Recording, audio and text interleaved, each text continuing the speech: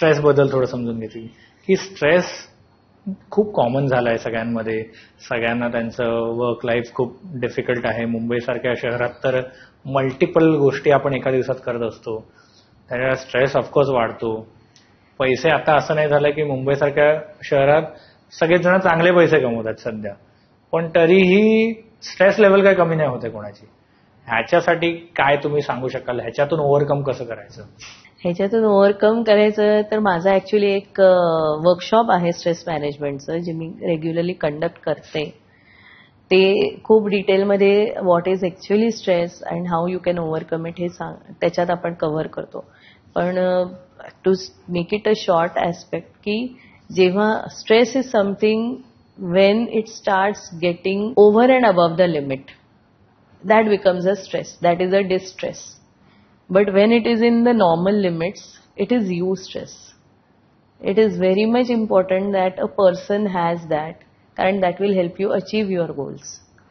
तुम्हाला एक जिद्द म्हणा, एक विलिंगनेस म्हणा, तो एक जोश येण्यासाठी you need to have a goal. तो गोल अचीव करण्यासाठी you need something.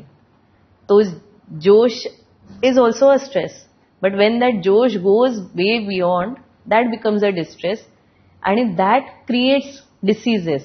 But dis-ease, there is no ease in your structure, so that is a dis-ease.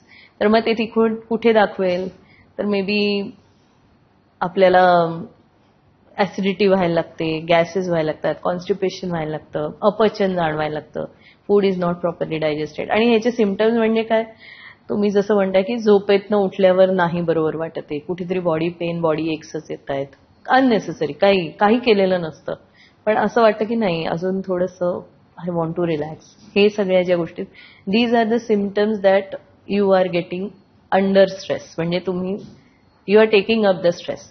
But when you manage it, stress starts becoming an company with you to achieve somethings.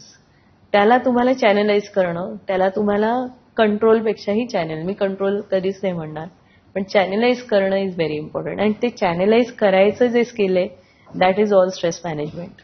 तुम्ही हा video इथपर्यंत बघितलात म्हणजे हा नक्की video तुम्हाला आवडलाय. ह्याचा पूर्ण व्हिडिओ, पूर्ण पॉडकास्ट आपल्या मेन यूट्यूब चॅनलवर आहे, ज्याचं नाव आहे वन टेक विथ अनिकेत. हे चॅनल तुम्ही नक्की फॉलो करा. आणि इंस्टाग्रामवर आम्ही बऱ्याच रील्स ह्या व्हिडिओच्या अपलोड केलेल्या आहेत, त्या पण तुम्ही सगळ्या बघा. आणि वन टेक विथ अनिकेत हे इंस्टाग्राम चॅनल पण फॉलो करा.